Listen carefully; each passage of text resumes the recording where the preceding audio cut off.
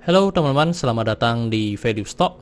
Hari ini saya akan membahas analisa fundamental saham BBNI kuartal kedua tahun 2021. Oke, ini disclaimer-nya, yang pertama ini merupakan sharing analisa fundamental, bukan ajakan beli jual ataupun suatu saham, dan keputusan investasi ada di tangan teman-teman selaku investor.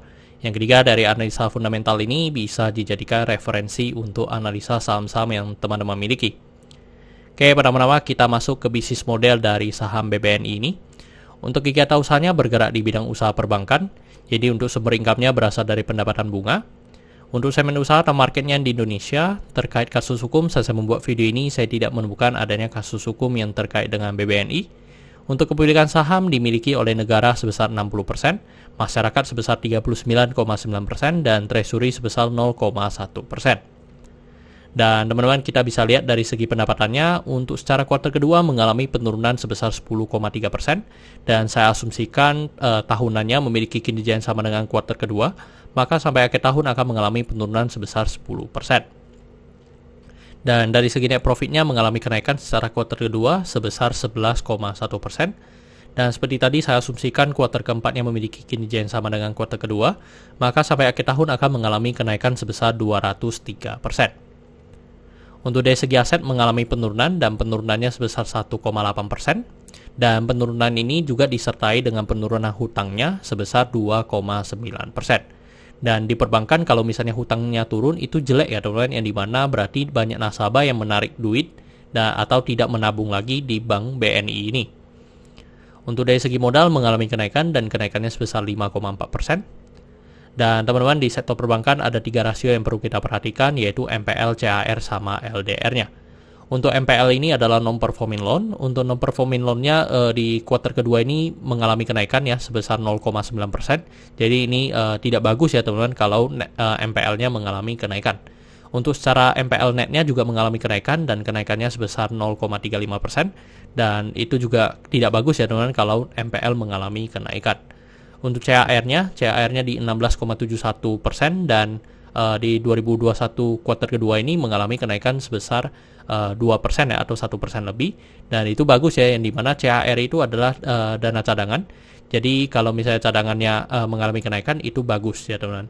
Dan dari NPL sama CAR ini untuk BNI ini masih memenuhi dari standarnya BI. Untuk LDR itu adalah loan to deposit ratio. Jadi yang sebelumnya 87,79 menjadi 87,83, mengalami kenaikan sedikit. Kalau menurut saya sih untuk LDR kalau di masa pandemi seperti sekarang seharusnya mengalami penurunan ya.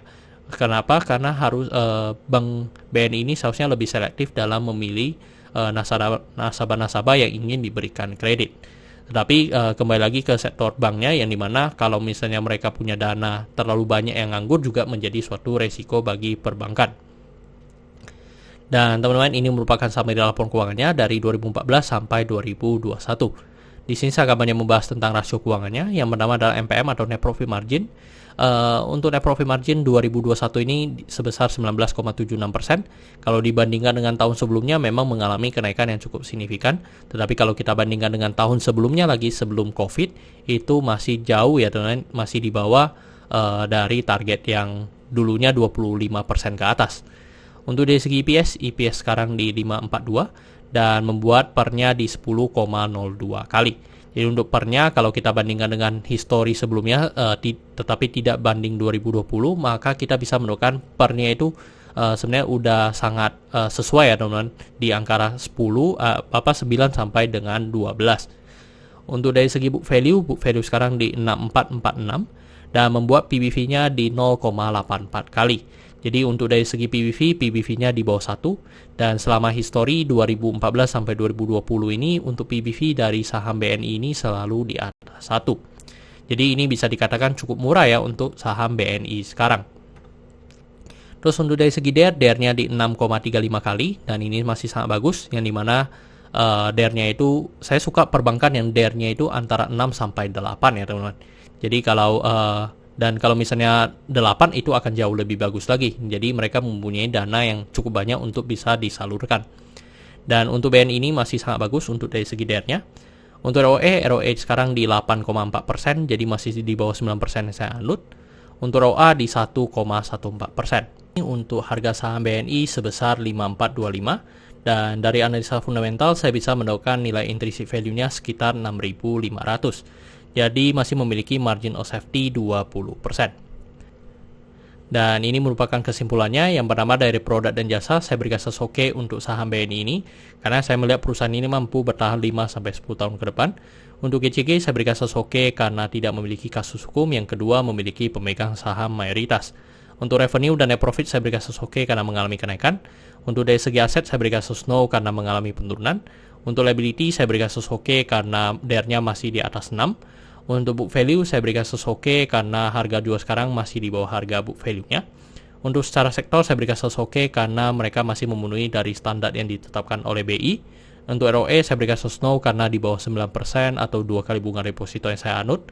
Untuk margin of safety saya berikan sesoke karena positif. Untuk dividen saya berikan sesoke karena selama 5 tahun terakhir untuk BNI ini masih sangat royal memberikan dividen kepada investornya. Oke teman-teman, jadi kesimpulannya adalah 9/11 dan pertanyaannya adalah apakah saya akan membeli saham BNI ini. Jadi teman-teman, untuk secara BNI, kinerja BNI ini mulai mengalami perbaikan ya, lebih baik ya teman-teman.